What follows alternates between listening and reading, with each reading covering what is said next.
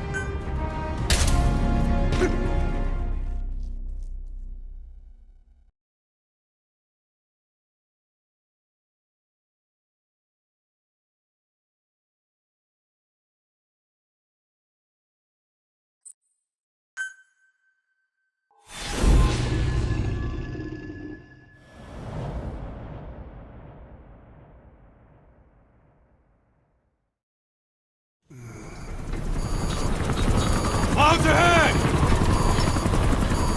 It's them.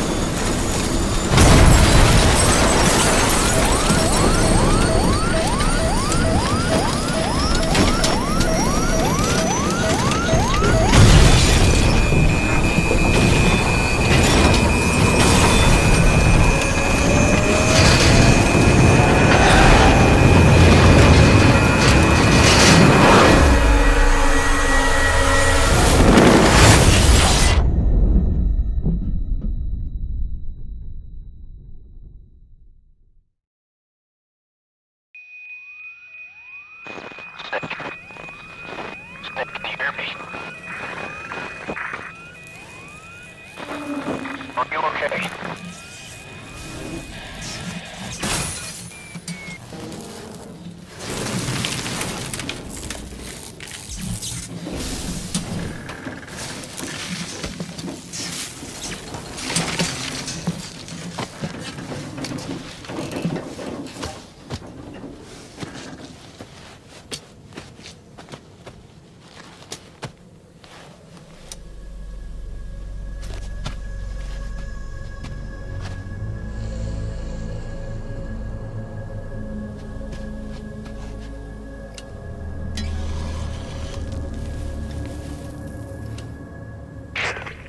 Like you're surrounded by mist. The support chopper can't get close to your position right now.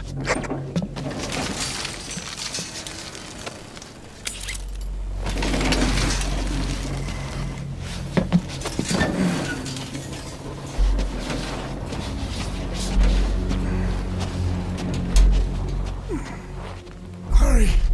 They are coming!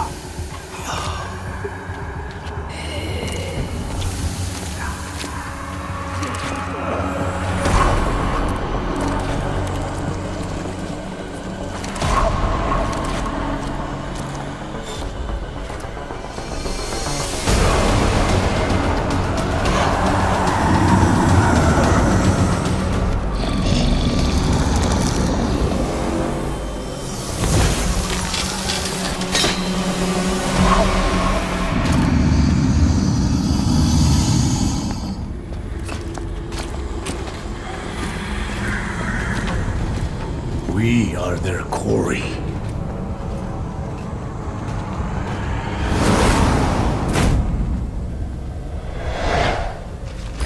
Skulls. So that Misty is their work. We won't be able to send in another chopper for now. Boss, you need to eliminate the skulls. We can't lose Code Talker. Boss, get away from Code Talker. We don't want him catching a bullet.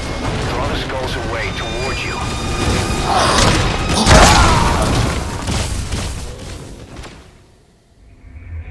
Snake, are you okay? Snake!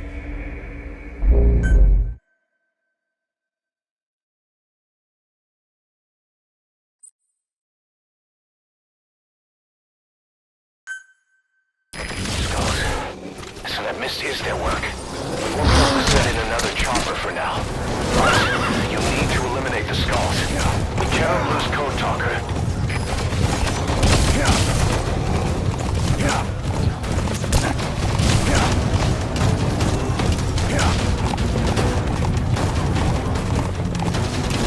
Whoa! Whoa!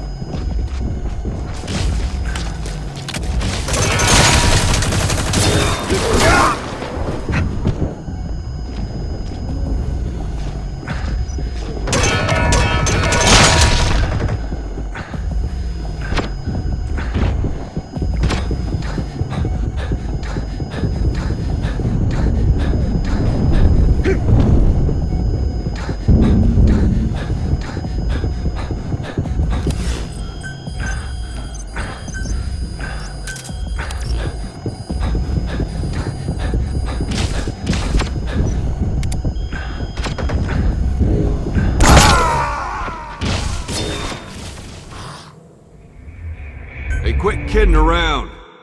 Snake?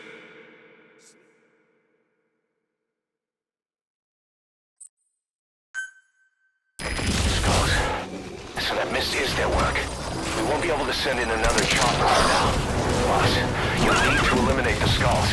We cannot lose Code Talker.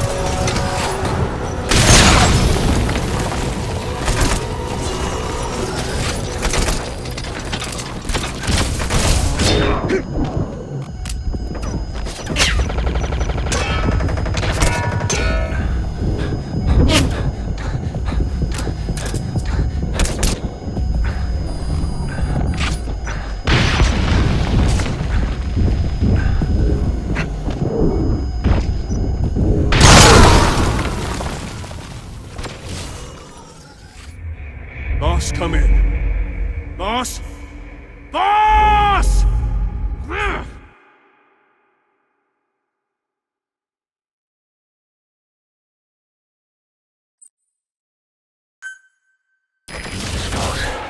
So that mist is their work. We won't be able to send in another chopper for now. Boss, you need to eliminate the skulls. We cannot lose Code Talker.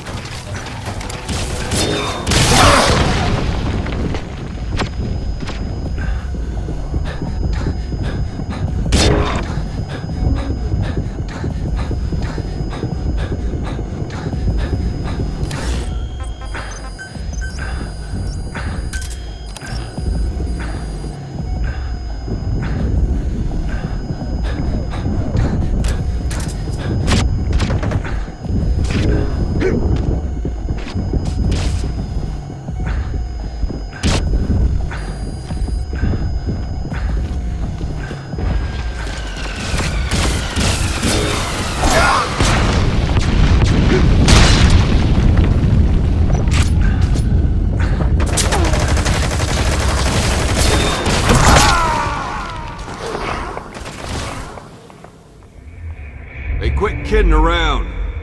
Snake? Snake!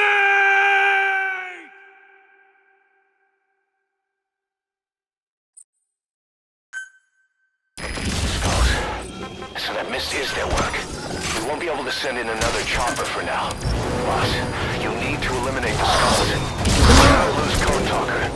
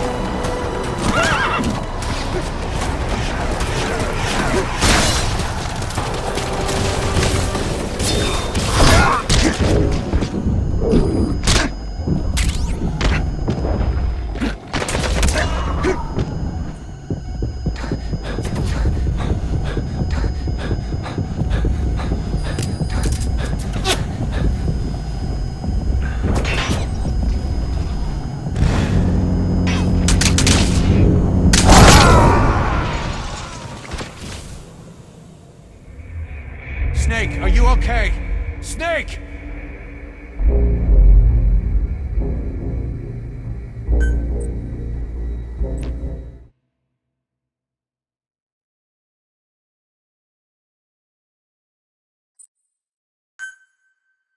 Skulls. So that mist is their work. We won't be able to send in another chopper for now. But you need to eliminate the skulls. We cannot lose Code Talker. Whoa! Whoa!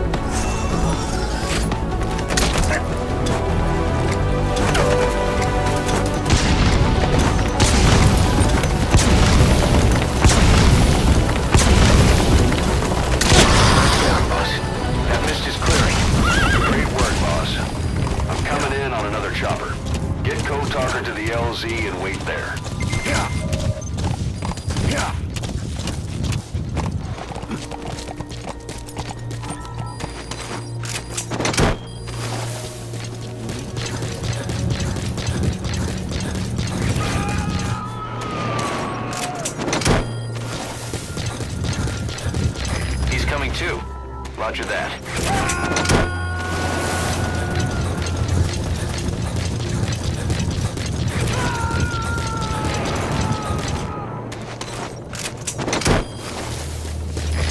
Extract him. We're in a race against time. Be quiet. Code Talker in the chopper and return to base.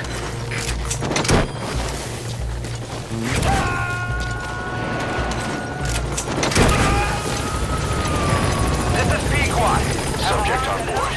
Leave the rest of us.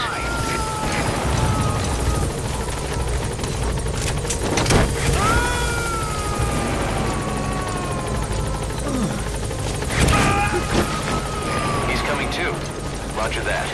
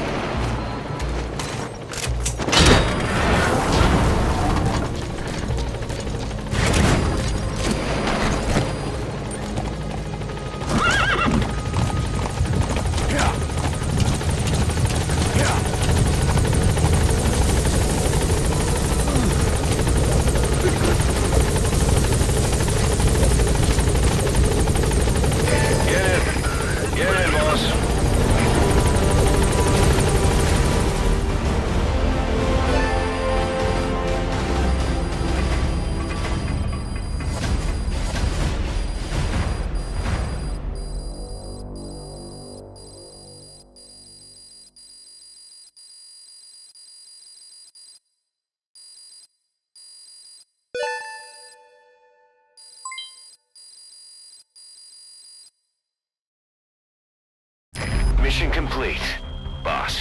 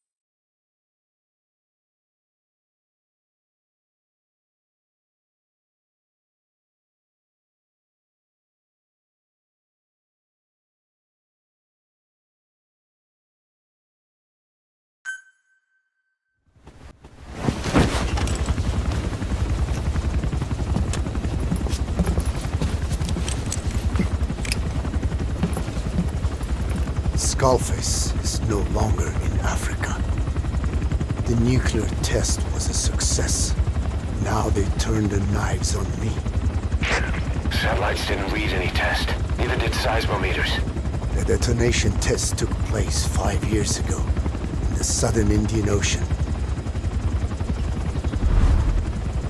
The final test was the opposite, to prevent detonation. You made Skullface plans to sell nuclear weapons that he retains control of. It's not like hawking small arms to militias. Indeed.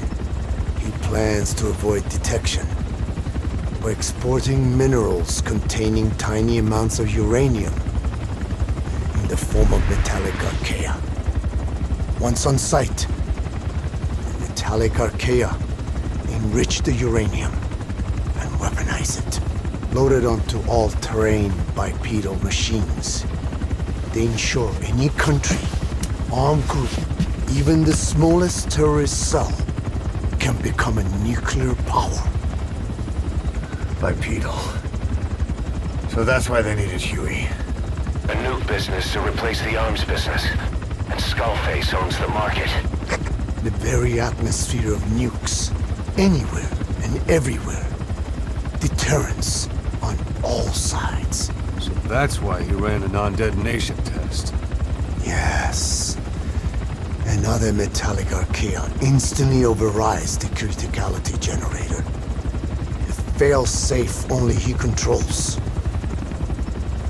Any such weapon can be deactivated whenever he chooses, regardless of who owns it or their intent to use it.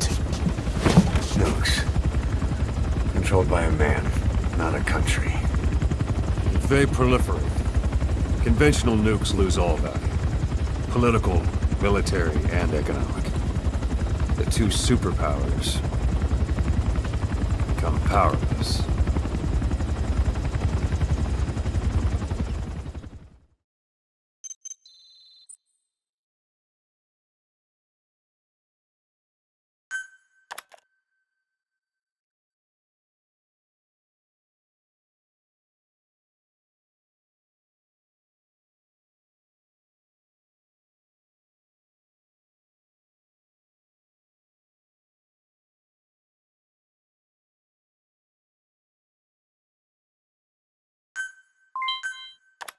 The R&D and medical teams have come up with a proposal for a new suit that applies Code Talker's research, the Parasite suit.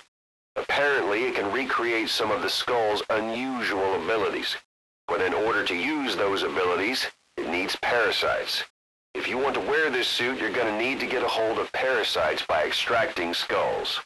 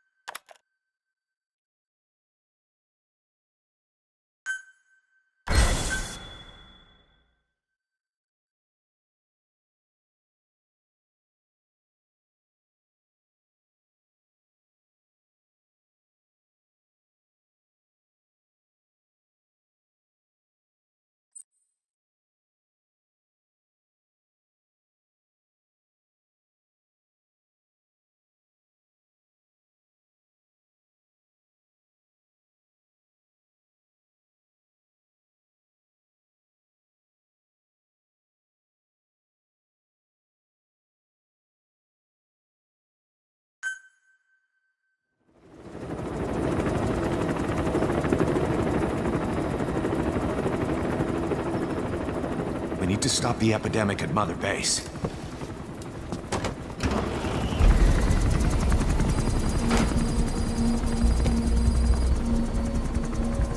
About the pathogen spreading through Mother Base, what's your opinion? Textbook symptoms of vocal cord parasite infestation.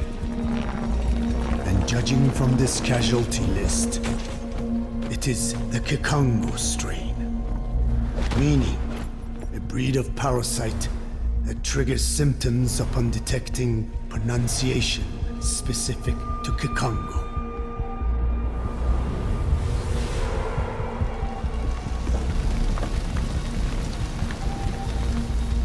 So how do we keep them from becoming symptomatic? Use this. A type of Wolbachia. introduced to a sample of the parasite. The parasitic bacteria that colonizes the parasites, turning male to female and preventing copulation. We must cultivate more.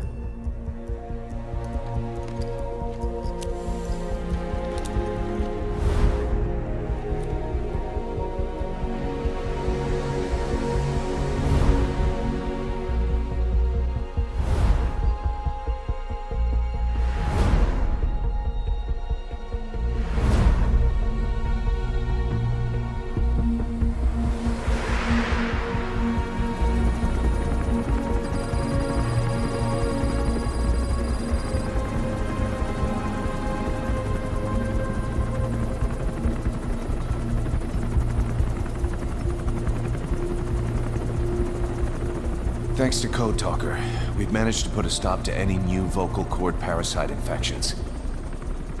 We couldn't save those already symptomatic, but everyone who survived has been released from the quarantine platform.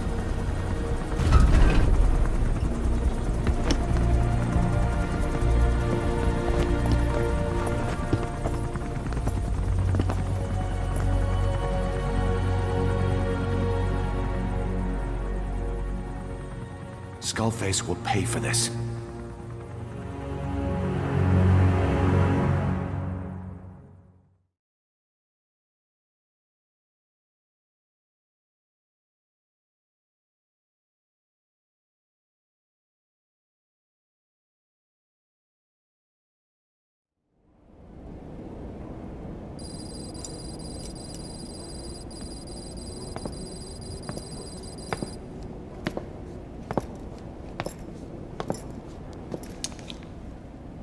Again with the truth serum? What are those legs made of? Titanium? All the way to the femur.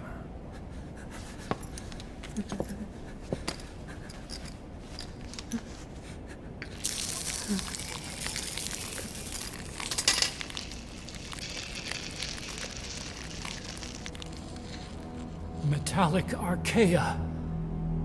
Sahelanthropus. Where is it? What? We have to know before his plan is complete. Sahelanthropus is the final piece. What are you talking about? If the Soviets break out a mobile, controllable nuclear weapon, East-West relations will be right back at the Cuban Missile Crisis. The Cold War returns to life, as countries without nuclear arsenals line up for what Skullface is selling. Nuclear weapons proliferate overnight, and on the brink of annihilation, the world maintains its balance. But we know this is all just a shield, a ruse. The cleansing parasites are what matter most. A WMD to eclipse even nukes, and the only one that can still be used. Skullface is the world's greatest threat, and Zero's. The pieces are in place. All that remains is to unveil Sahelanthropus in Afghanistan.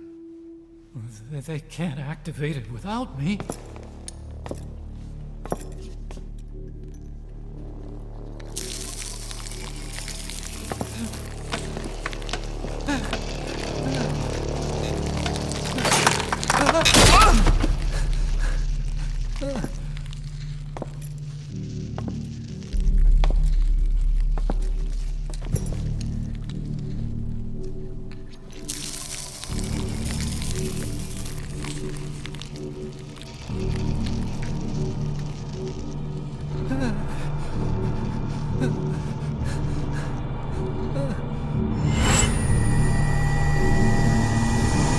Okay, B-Zero.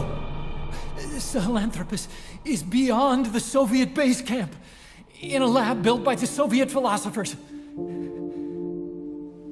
That's what you're looking for. But I have no idea how he's controlling it. It wasn't designed to accommodate a human pilot.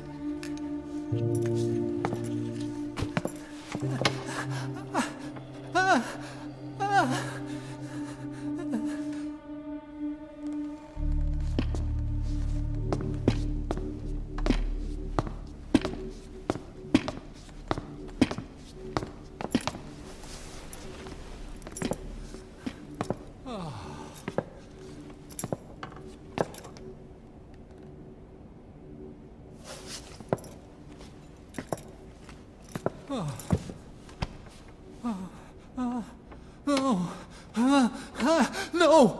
No!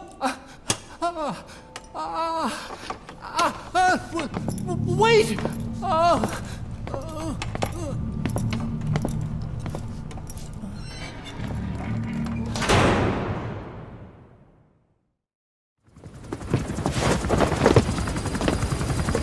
We got word from Afghanistan. Everyone at the Soviet base camp's dead. No sign of fighting. Parasites. Skullface's men then headed north.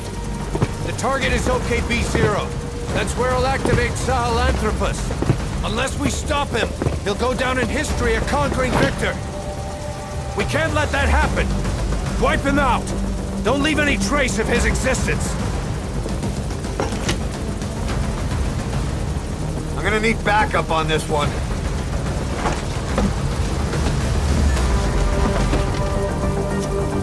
You'll rendezvous on site.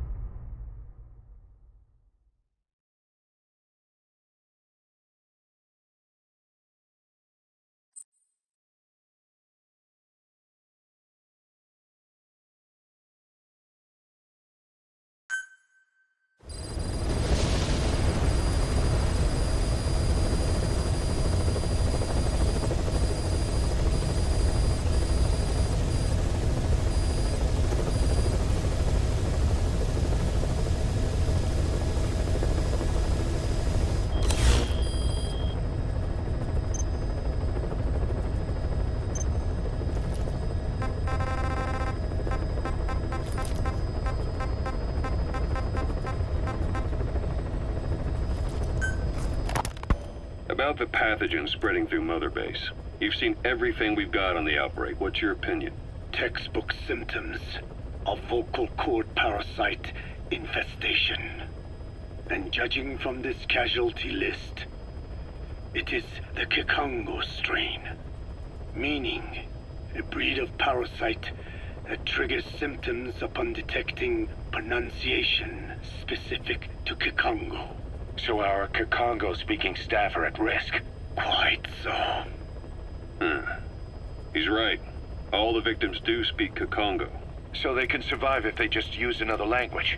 There is no guarantee. You're only dealing with the Kikongo strain. Other language strains may be present. You well know he was teaching them languages from all over the world. The Devil's House. Nzoya Badiabulu. There is no way to know how many strains he has at his disposal. So how do we keep them from becoming symptomatic? You mentioned using microbes. Use this. A type of Wolbachia. Introduced to a sample of the parasite. Wolbachia? A parasitic bacteria that colonizes the parasites, turning male to female and preventing copulation. You must cultivate more. What have you done with the infected bodies? Cremated to stop the spread of infection. But we did keep a few for study. Good. Take this sample, grind it to a pulp, and introduce it to the larvae now nesting in the dead. The Wolbachia will multiply rapidly within those larvae. They're soldiers, not some petri dish. Conventional cultivation methods will take too long. Extract the Wolbachia from those larvae and vaccinate your men. Kikongo speakers first. This is the fastest, surest way. No one is to speak a word of Kikongo until the Wolbachia are safely inside them. I will instruct your medical staff in detail on site. You have the appropriate facilities. Yes, but do not worry. I made a pact with your Bit de Jolone. On the honor of the Dene, I speak no lies. Keep an eye on him. Will do. Follow me. I'll take you to the medical team. Now, we must wait for the Wolbachia to multiply in the larvae. How is the disease transmitted? If it's carried by insects or rodents, then... There is no intermediate host. So... The vocal cord parasites lay their eggs in the larynx of the host. Most hatch and migrate to the lungs, but some are transported to the mouth through ciliary movement, mixing in with saliva. Saliva. Droplet transmission. Sneezing, coughing. Any food or water containing infected saliva. It would spread fast. Indeed. And when the larvae migrate to the lungs, symptoms can resemble the early stages of a cold, making it easy to infect others. Meaning a simple conversation would be enough to pass it on. Alright, so what happens after the larvae migrate to the lungs? It is as I said before. They mature by feeding on alveolar tissue. It is only then that noticeable symptoms appear in the host. And by that point, it's too late. He's infected everyone else. It's one hell of a weapon you've created. That is what Blag Ana wanted. Something that would spread easily. In truth, he's not the reason. But we will discuss that another time.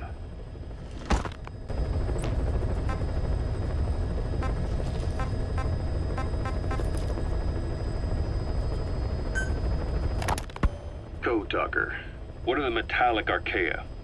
Volcanic craters spewing sulfur. Water hot enough to boil your skin off. Ocean depths of 800 plus atmospheres. Wastelands radioactive enough to kill you where you stand. There are groups of organisms that survive despite. No. Because of living in such environments. I've heard about them. Extremo... something. Extremophiles. By selecting certain species, then subculturing and repeatedly modifying them, I created a metallic offspring of pure Archea. They subsist on metals rather than organic matter. And some of them even consume uranium? Yes. Uranium enrichment Archea metabolize only uranium-235. As a result, they produce weapons-grade enriched uranium. How is that possible? Consider how plants fractionate carbon isotopes when they conduct photosynthesis. Nature possesses abilities beyond our imagination. So it was Archea that brought down your chopper? Corrosive Archea, yes. They oxidize metals, feeding off the energy in the electrons they receive. What became of the wreckage? We had the R&D team retrieve samples for study in airtight plastic containers, of course. Prudent. We shall extract Archea from it in good time. They should help you fight back against Blag Ana. Any chance we could start now? It doesn't have to be a lot. I might just have another use for them. If it's only a small amount you need. That's fine. I'll get the R&D team to assist. Let's go.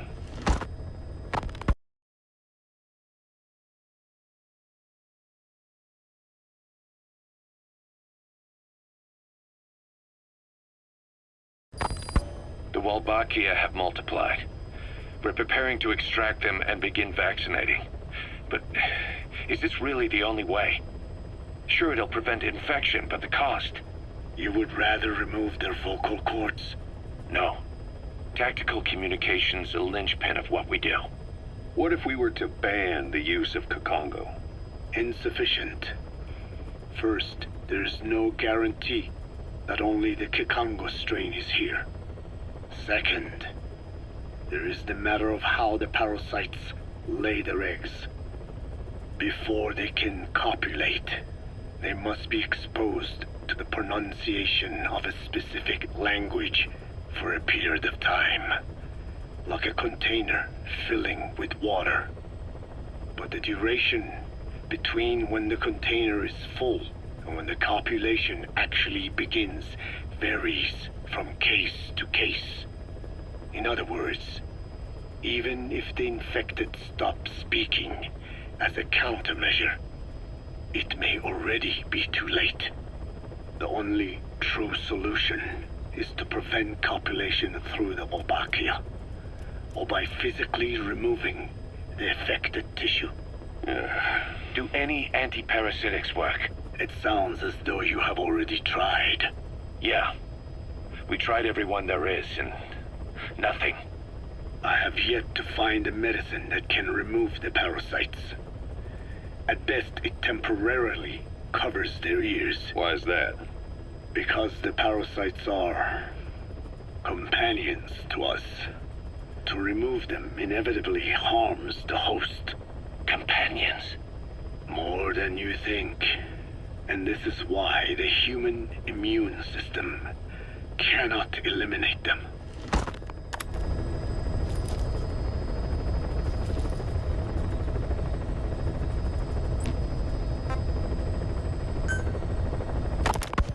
We've inoculated the staff with Wolbachia to keep them from becoming symptomatic. That should also contain the infection. How did this happen in the first place? It has to have been a Cypher spy within our ranks. If this is so, then why the Kakongo strain? If their intent was to wipe you out. Skullface said the remaining English parasite was close to the boss. If this latest strain was his doing, he wouldn't have tipped his hand. It is possible someone brought eggs onto the base without knowing. Stuck to their shoes, clothing. Now that makes the most sense to me. And where did the eggs come from? You mentioned that your boss visited Nzoya Badiopulu. Sure, but his gear's disinfected immediately upon return. Then he was not the carrier. And not just the boss. All staff dispatched to high-risk regions were quarantined on the flight back. When the symptoms first appeared, we checked and disinfected all equipment used up to that point. Any and all prisoners, soldiers, materials, and animals extracted during missions were also quarantined. So, that just leaves... I have seen children around here. Where are they from? All over. Some were being held hostage at a mine. Then there were the troublemakers at Bwala Yamasa. Bwala Yamasa? Yeah. Their clothes, their things. Did you burn them?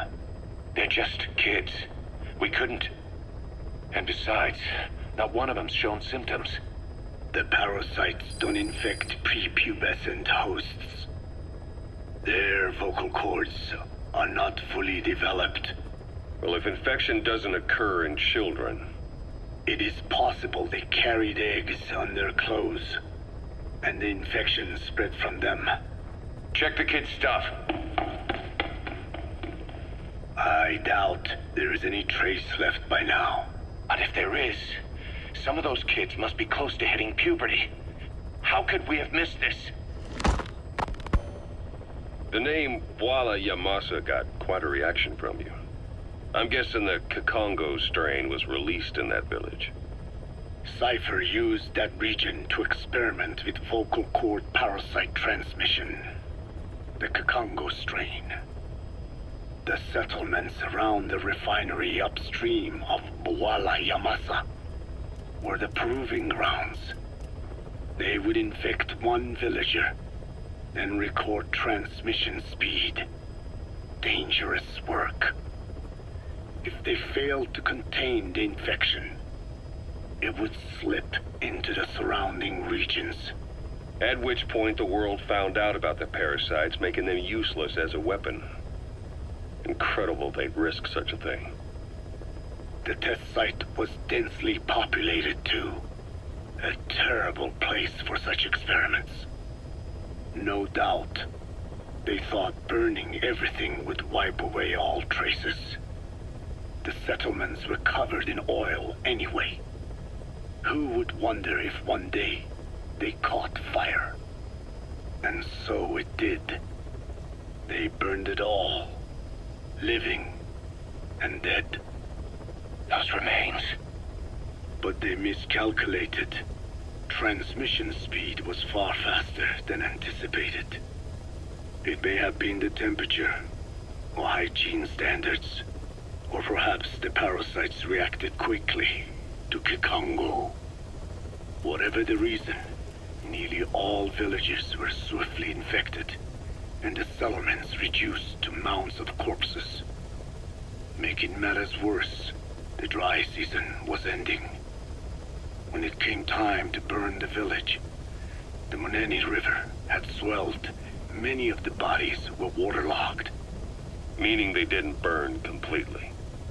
The corpses still contained viable eggs, and the larvae washed downstream. And when the people downstream drank that water, That marked the end for Bwala Yamasa. I learned all of this at the mansion.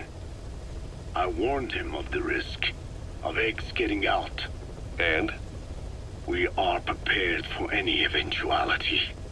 I get it. Putting the oil field back online. The oil leaks, saner. They plan to pollute the river. Prevent the spread of infection. But the oil flow was stopped. And downstream, the people of Masa village started using the water again. The PF soldiers deployed at the village were locals, spoke Kikongo. They were infected, and the kids survived.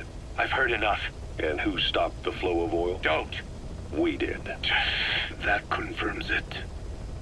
The source of the Kikongo strain infection was Masa village. And the children brought it here. It is no one's fault. There is no blame to be cast. The parasites, they were tested in other regions? Their physiology requires that they be tested under varied conditions. Another test site was in Afghanistan. So it was the parasites there. Both the Pashto and Tajik languages are spoken in the mountains of Afghanistan, and population density is low. Ideal testing grounds for how accurately the parasites target only the specified language. It is also relatively easy to prevent the spread of infection. And the results? The first test, I am told, was a success. Once the Pashtun Mujahideen were infected with the Pashto strain, they were all but wiped out. The Hamid fighters at Smasei Fort. It was doubly successful. No Tajik Mujahideen or Soviet soldiers became symptomatic. So the parasites proved to be effective. What about the second test? Also supposedly a success. A Pashtun village was the target. However, the original aim was to obtain samples of the infected. In this, they failed. And the village? The Soviets enacted a standard scorched earth operation. That must have been the village where Malak lived, before being held captive at La Marjate Palace.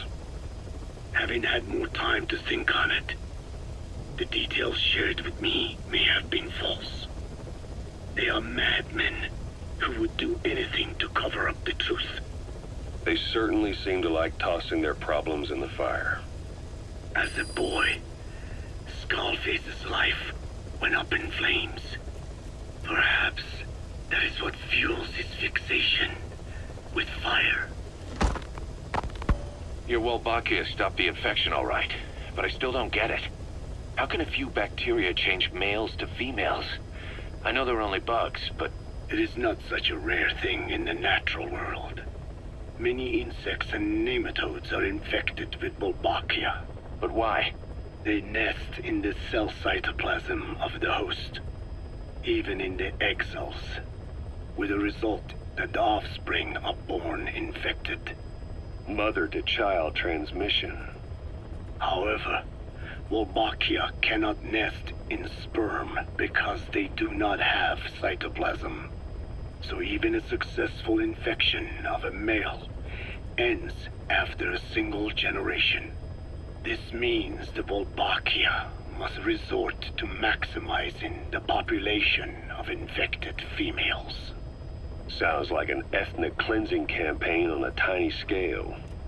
Gender change from male to female is their survival tactic.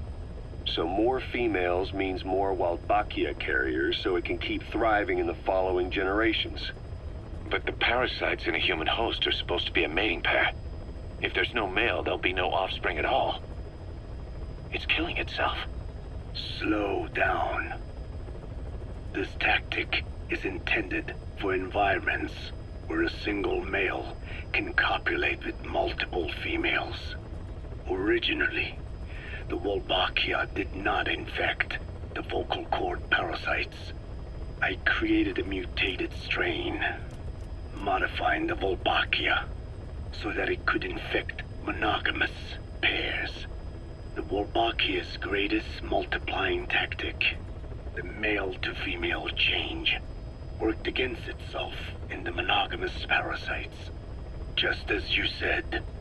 Then I performed repeated selection of Wolbachia strains until I achieved 100% certainty of male-to-female conversion. Creating female-female pairs, unable to reproduce. And you say the Wolbachia affects the host of the host, that is, us, cutting off our means to reproduce? It is almost certain. Of course, we will not turn female. After all, mammals possess no natural gender-changing function. But some Wolbachia strains can cause cytoplasmic incompatibility in the host. Is that some cell deformity? Put simply, it means the altered sperm of infected males kill the female's egg on contact. And that's happened to us? Yes. And yet, what occurs in humans is not just simple CI. To date, there are no cases of Wolbachia affecting humans. The fact that this strain causes this effect, is it the vocal cord parasite's affinity with humans? I do not know enough to say for sure. So the parasite warps the host. Reminds me of what Skullface said. It is the way of all organisms to create their own optimal environment. Just look at you and this base. Organisms that cannot do this are doomed to extinction. The difference with parasites is that their environment is another organism. That creates a connection between life and life. Parasitism, symbiosis, or death. In this way, the host too is challenged to adapt.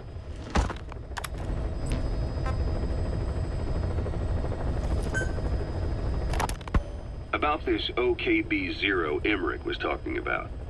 Its location and features match the citadel in the mountains northeast of the Soviet base camp. Built during the time of Alexander the Great, it was left in ruins following one of Genghis Khan's campaigns. Its occupants changed time and again due to war, and it was expanded on more than one occasion. Ultimately, it fell into the hands of the Soviet philosophers. The Soviet army was using it as the headquarters of its Afghan invasion force. But it would seem that Skullface's connections with the philosophers gave him license to develop Sahelanthropus there. And that's what Emmerich was doing at the place, before he got the axe. But OKB is a designation the Soviets use for weapon design bureaus. There's no way they'd have one of those in Afghanistan. And in principle, the numbers that follow OKB are always integers above 1. There is no 0. Perhaps this was a secret facility of the Soviet and Chinese philosophers dating back prior to World War II.